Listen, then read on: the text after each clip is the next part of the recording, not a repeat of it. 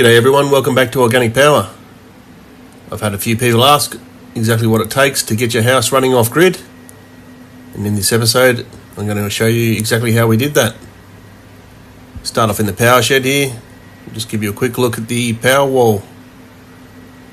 We've got all the devices that make up our off-grid system. So first of all, the solar comes in, hits the panels that are on the roof of the house and the sheds, and then that energy is brought back into the shed via the cables back into the MPPT. They go through these array breakers that isolate the panels from the MPPT.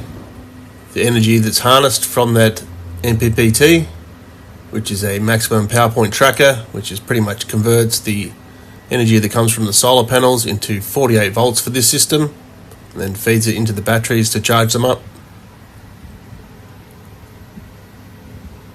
We have the series connection between the 4 batteries. Then on the ends, we've got the parallel connections. A 250 amp ceramic fuse on the positive and the negative.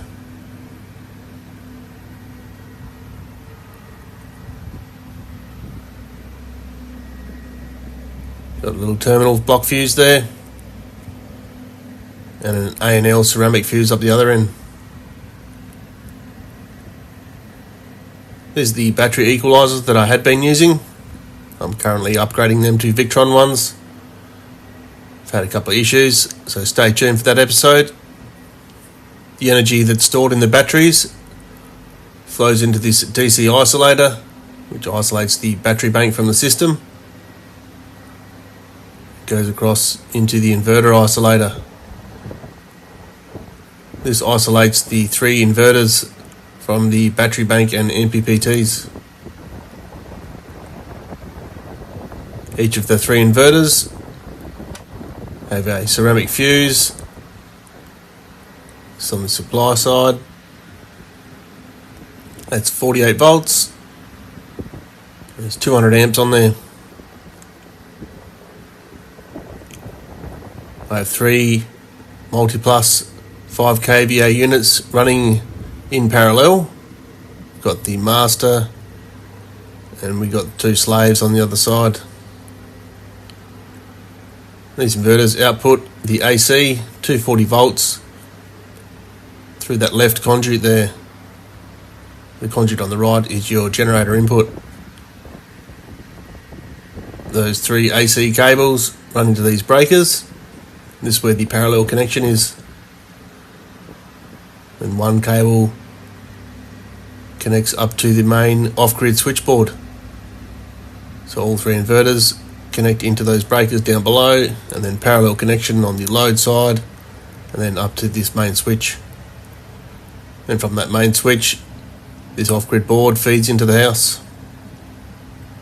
The other circuit breakers are for the generator supply. Give us a like, leave a comment, let us know what you're thinking. Thanks for supporting the channel. This is the grounding link.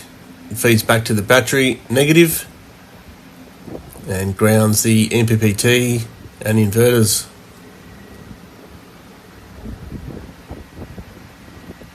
You see that orange cable there that runs in and grounds the chassis. Over on the wall we've got the battery monitor, the BMV 700. It's quite handy to have there, just on display the whole time. This way you've got access to some simple features, and you can check how the system is operating.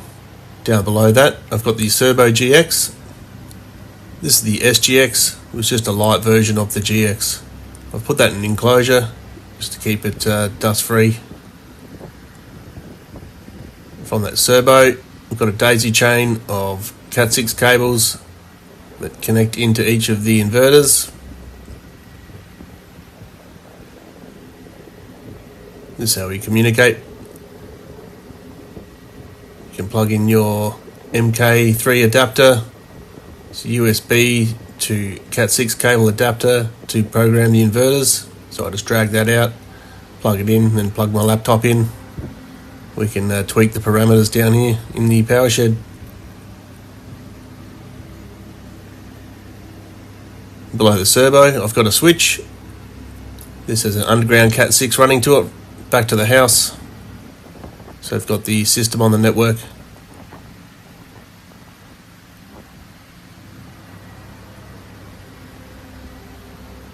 Also got another data outlet here that I can plug into the laptop, and a PowerPoint.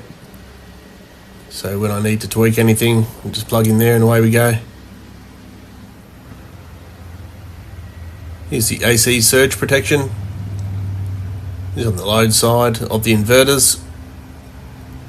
It connects into the 3 circuit breakers in the box with the little lock on the panel there. This is the DC array surge protectors.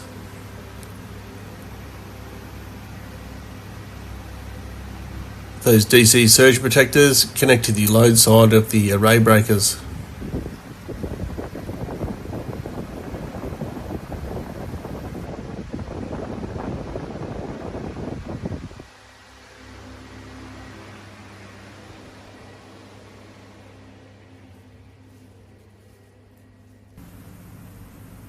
Here's the grounding electrode for the surge protection. Then we've also got the earth electrode for the AC side. These tubes here are for ventilation. Draws air through the shed and out that whirly bird. That way when there's a big storm, I don't have any water being sucked in.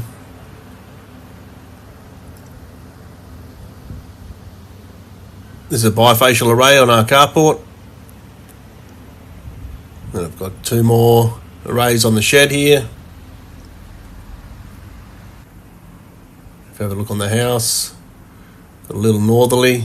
Those 4 panels are connected to another 3 on the end of the house, which makes a 7-panel array back into the Primo, which is AC coupled.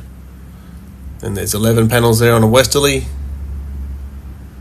And there's 2 other arrays there, actually grid connected still. So they just feed back to the grid. The off-grid does its own thing and supplies the house. Here's the Fronius. I've only got that loaded up slightly at the moment. Got another array to plug into that. I might even be putting the westerly onto this one and shuffling a few things down around the shed there, getting some new panels. We'll look at that in the near future. I just installed 2 new air conditioners and hooked them up to the off-grid. So now we have 5 air conditioners hooked up. And system's no worries, handling it really well. It's hot this summer and nice and cool inside and no humidity. Make sure you check out the rest of the episodes on organic power. There's a bit of everything for everyone to have a look at. Plenty of info there.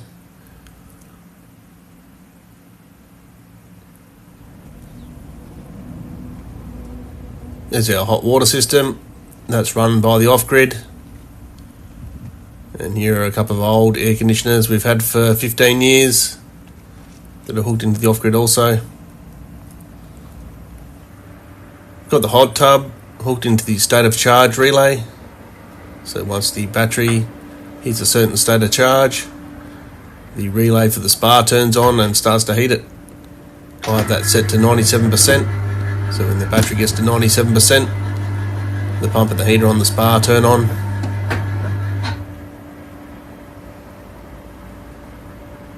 It's a good little feature of that BMV. It's got the relay on the back of there for that SOC relay.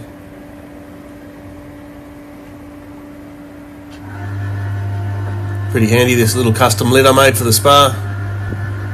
Just made out of a winch off of eBay. $100, bit of cable. There's the episode on how I power my hot tub. And here's another one on how we don't pay any power. I also have plenty of members episodes that have fairly detailed information, show you exactly how to wire things up, connect everything, put it all together. It's fairly straightforward. Easy to follow. So I hope you enjoyed that episode. Just gave you a brief rundown on how we got our house running off grid. It's been 2.5 years now. Everything's running smoothly. So thanks, guys. Give us a like. We'll catch you in the next episode. Cheers.